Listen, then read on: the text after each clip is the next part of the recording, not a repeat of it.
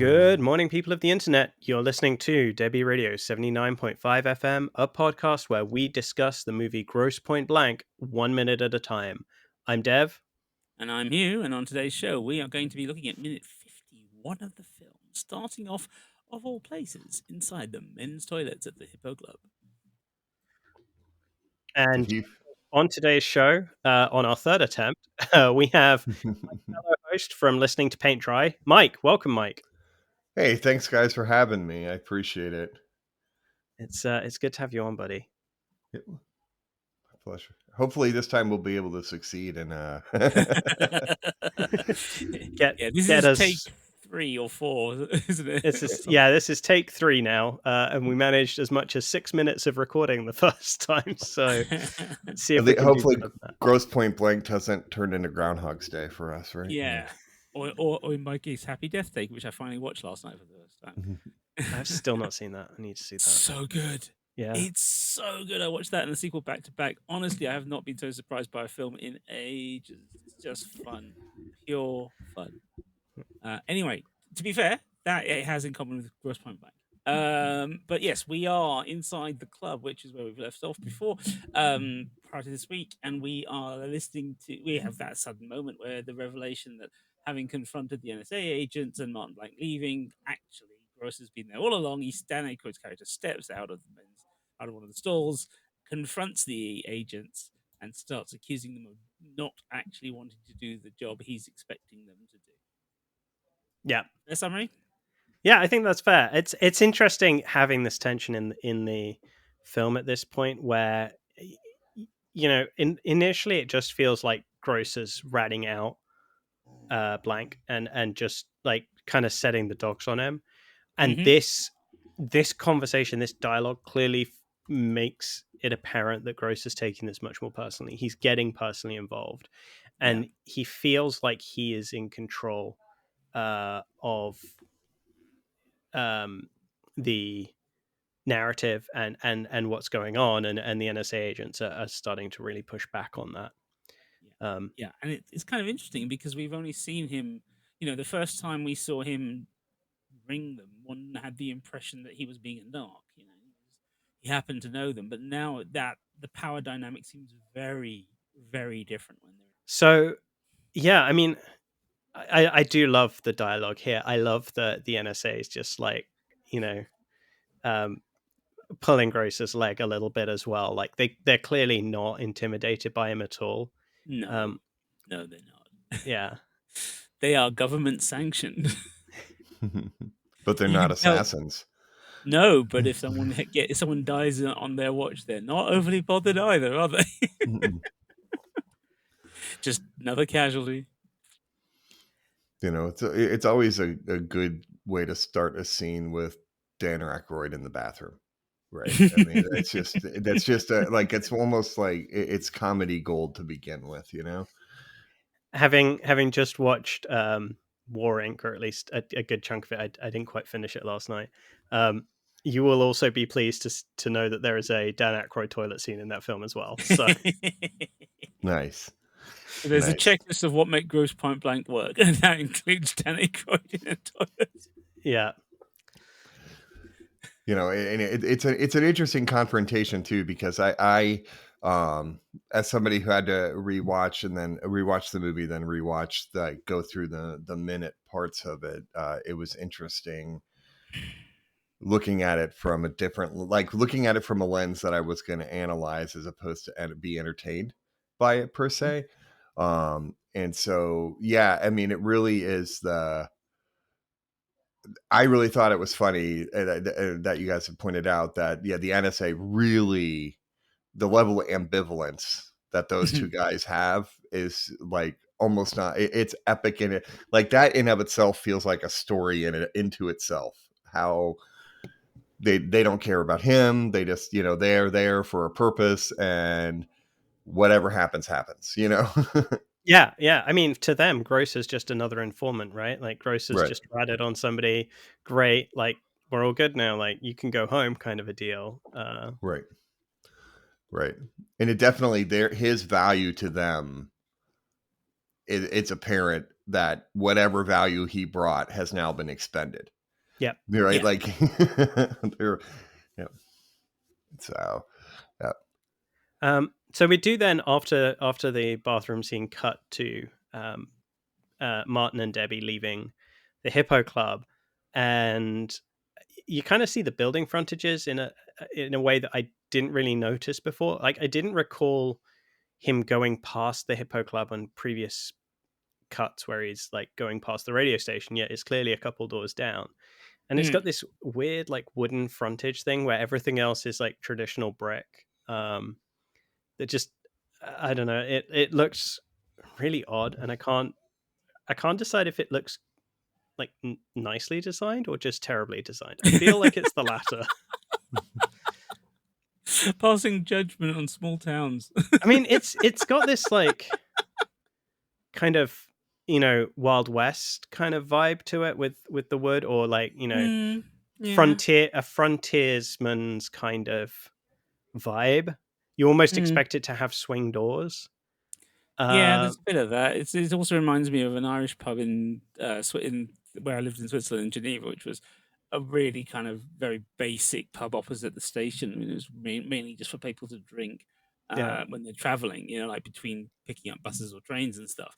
And but it was also one of the only places that didn't really worry about ID. So in my school, that's where we all first went. It was one of two places that really didn't bother him. But the thing was, it claimed to be an English pub, and there was nothing. Sorry, this is the English pub, not the Irish one. But it claimed to be an English one, and there was nothing English about it whatsoever stylistically. It looked quite literally like the Hippo Club on the outside. Very weird design. But there's something sort of cheap and like it's that whole thing of bars that don't want to be daylit inside. They want to keep a dark interior all the day, you know, and you sit inside there and you barely notice what time it is, which is the point. There's a bit of that, but also your point about it being kind of frontier, like, you know, we've mentioned before on this podcast the way there was something in the air at this time with Northern Exposure on American TV, but then on British TV at the same time. And you know, there's very much it's not, I don't think it's just the radio station itself that feels like the radio station in Northern Exposure. It's the town. Yeah, you know, it's not I think as right. small. It's not as small, but it's there's a certain sense of a movie small town. And I guess as a Hallmark fan, you should be able to talk about that at length. I totally get that, but there's something about it being a Midwestern small town that it just doesn't feel right. Well, I don't know. That's the whole point. We know they're faking it. Well, yeah, I mean, that's true. We know that this is all shot outside, you know, in one of the suburbs of Los Angeles. So therefore, that's part of the problem. Maybe is that it feels like a like a typical LA production version of a Midwest small town, I guess. Yeah, I mean, you're out on the East Coast, Mike. Is this the kind of bar frontage you could imagine seeing in a small high street? Maybe. It's more like it resembles as opposed to it is. Like, it's like somebody's memory of what, if they used to live in a small town, it's what they look like. I mean, what Hugh said is just an interesting thing to me, that, you know, this Irish pub in Switzerland, you know, like, it's like, for us, it's like in the US, like that same type of concept is like, oh, I went to a Steelers bar in Missouri. Right. Like, as opposed to being in Pittsburgh, you know what I mean? So it's just, it's funny to hear we speak about the same things, but just kind of in a different context, right? Like, you know, your context is from country to country because of the way Europe is set up. Whereas here we're like, you know, Deb is almost as far away from me in America as you are, Hugh, in the UK. Exactly. I mean, the time difference says it all, you know. I mean, I've worked for companies based in both New York and in Houston, so I get it, you know, because I've visited both as well. And I think it's kind of interesting because, again, Houston, one of the first things our colleagues in the office wanted to do was to take us to their English pub. Like, we're in Houston.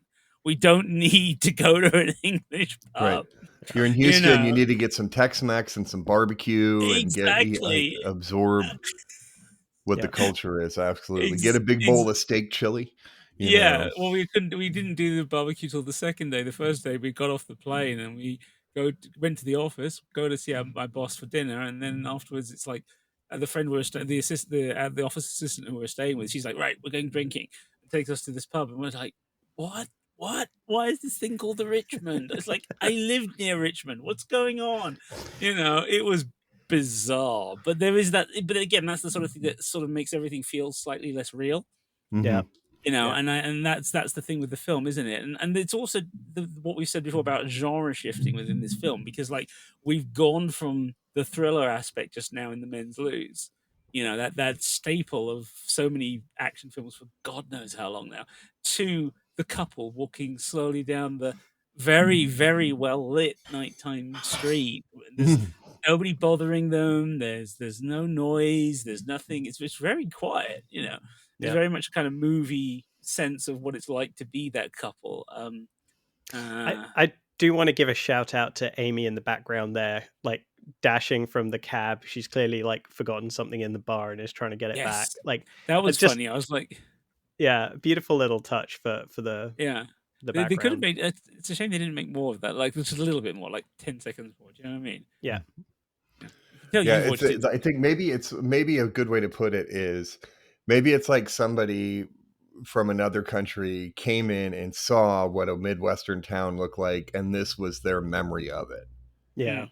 Right. And so, and the point that you make too about the fact that they're on a street that theoretically in front of a busy club, which in the US would have a line, would have bouncer, would have noise. Right. They are nicely isolated to have this dialogue in a background with nothing interfering, Yeah.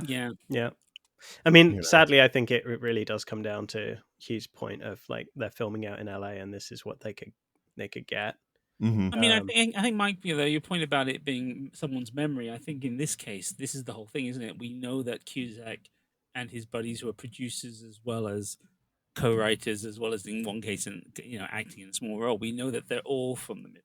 Yeah. So in that sense, it's almost like their collective, memory. Yeah, I mean, the original writer as well, right? True. Yeah. Where are they from originally? They're all from the Midwest, I think. Are they from the Midwest? Okay. Yeah, all of them. So Jankowitz, DeVincentis, Steve Pink, and then Cusack himself. Yeah. Interestingly enough, but yeah, it's an interesting touch again in a film that feels ever so slightly sort of hallucinatory in places, but it never completely goes for that kind of atmosphere. It's much more interested in just being about individual experiences, as well as an action film. Yeah.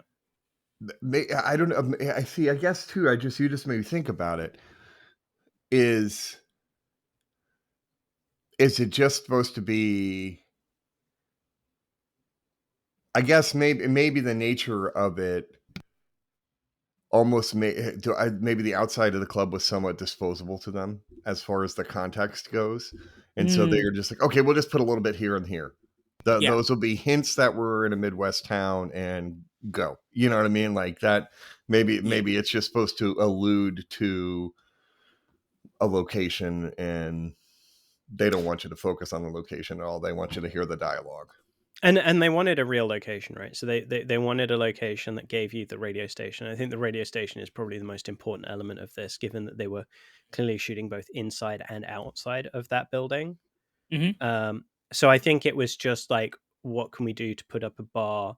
And I suspect that frontage isn't actually there. They just put up that frontage to mask the whatever is actually there, which may be like, a supermarket or something, and give it like a bar vibe to, and that was the easiest way to do it, was to put up this wooden frontage.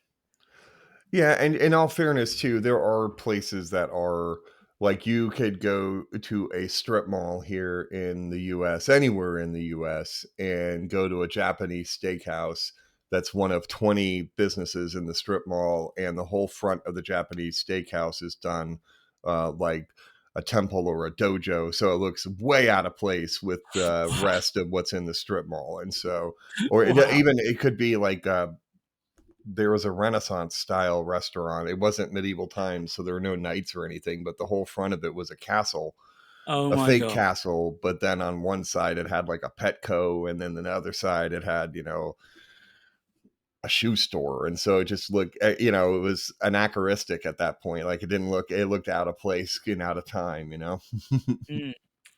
The definition of tacky as well, I guess. I said the word strip mall and United States, so it's tacky is kind of a given. Fair enough. Sorry, my apologies. Absolutely.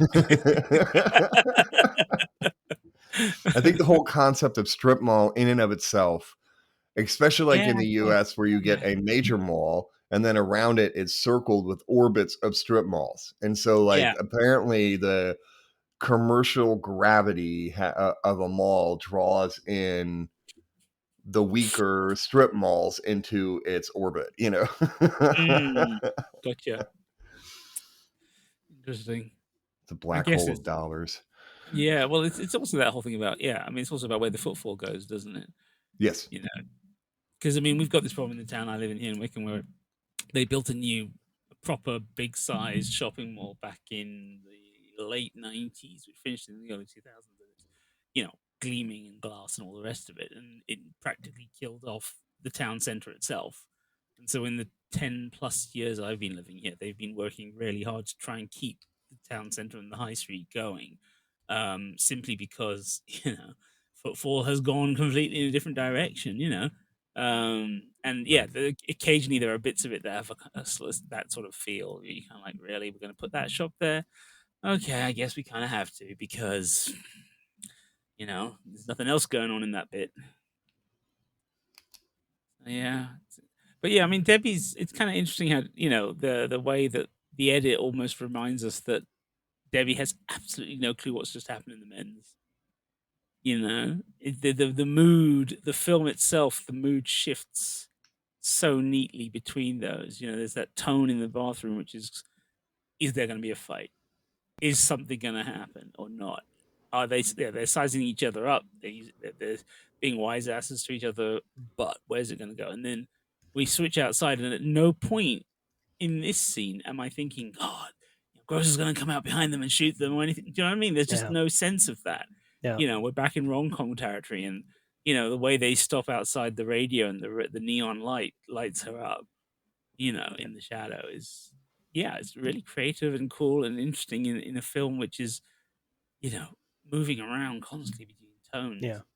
And you've got, as they're coming out, you've got this great big boom shot, and we kind of commented on a boom shot that was used earlier when they were also walking when Martin and Paul were walking towards the car outside the house, and this one's not quite as like in your face kind of transitional boom shot, but it's still there. But then you switch to the reverse angle shots, which are clearly done with a handheld camera, and I can't figure out for the life of me why it's not on a dolly or something. It's clearly like hand cam. It's bouncing all over the place.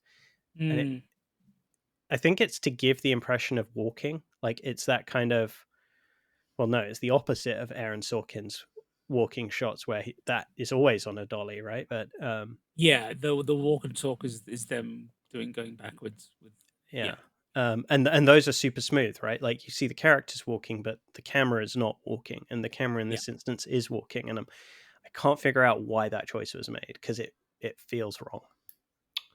Early Blair Witch inspiration? I don't know. Doesn't this predate The Witch by 2 years, I think?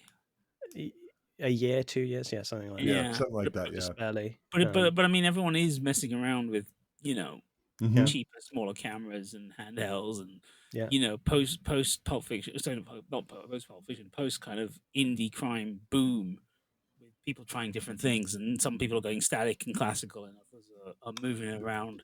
We're not yet in the Bourne era, but we are definitely starting to see we're moving towards that mode. But also, it may just be a matter of what was the best way to get close-ups of them. I'm wondering if it's a pickup shot. Maybe it was done the 11th hour, because it's also the scene with Amy. It's the camera angle with Amy in the background rushing from screen left to screen right. So I'm wondering if they just did that as a last-minute pickup and they didn't have time to set everything up. Especially getting nighttime as well. Yeah. Correct me if I'm wrong, though. Isn't this like the start of when, like, there was a lot of I'm trying to think of other movies that came out in that kind of 2 years before, 2 years after time period. But isn't this kind of the start of where they there's like kind of a push in cinematography to do something different? Like the rest of it and filming was kind of stagnant, and the action revolved typically around the camera as opposed to the camera around the action, and that they were trying more and more techniques now to have the camera filming the action as opposed to the camera being the focal point of the action. If that makes sense of what I'm saying. But Yeah. I thought this was kind of 95 to 99 was kind of, that time period was kind of a big push, and you saw a lot of, I don't want to Google now because I'm in incognito, but I thought during that time period there were quite a few movies that were kind of embracing that type of shooting. You know what I mean? And I think Blair Witch is a symptom of that, right? Where they went, this type of cinematography tells a story in and of itself as opposed to actually what's on the screen. Yeah. And so, you've got John Woo movies around this time that are doing things. We're just coming up to The Matrix, right? Obviously, huge new cinematography. We're 2 years out from, 99 is a year alone. 99, you've got Go, The Matrix, The Mummy, you've got Fight Club, you've got, it's just this insane year of creative possibly one of the last great flowerings of like creative stuff coming out of mainstream studios. There's like only a couple of those are indie, and it's of American cinema. It's just like the variety across that is astonishing. But as you say, that and that's symptomatic, and then Blair Witch as well. I think the other thing, of course, is there's also the ongoing effect of the home video revolution, because you've got shot on video having already, is already a thing. Shot on video going straight into rental markets and home video and all of that, and so there's a sense of, and also on television we've had ER at this point, and we've had NYPD Blue, we've had Homicide: Life on the Street, so shaky cam is well established. Yeah, you're right, and it just in this scene. And honestly, I don't think I'd have ever noticed it if I wasn't doing this minute by minute, but I was rewatching it today and I saw that smooth boom shot, and then you cut to the reverse angle and it's bouncing, and I'm just like, that's a bit weird. Yeah, absolutely.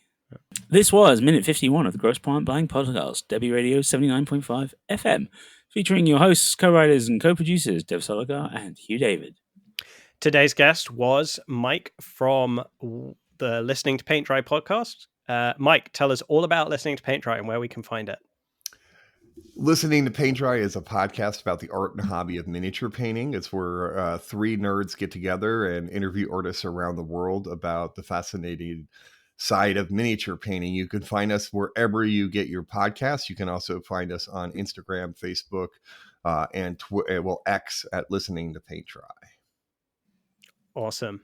And you can also find us on all good podcast players, as well as YouTube, Twitter, aka X, and Spotify at Debi Radio. That's DEBI Radio. You can find us on our website, debiradio.com. And again, all of those are spelled DEBI Radio. And then you can talk with us in the Facebook listeners group, Debi Radio 79.5 FM fan club in this case. So once again, one last time, that is DEBI Radio. Sure was clear that all of this was new. Concentrating hard like a little girl, smoking for the first time.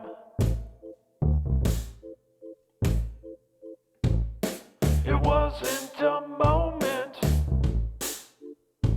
it was a feeling of mood.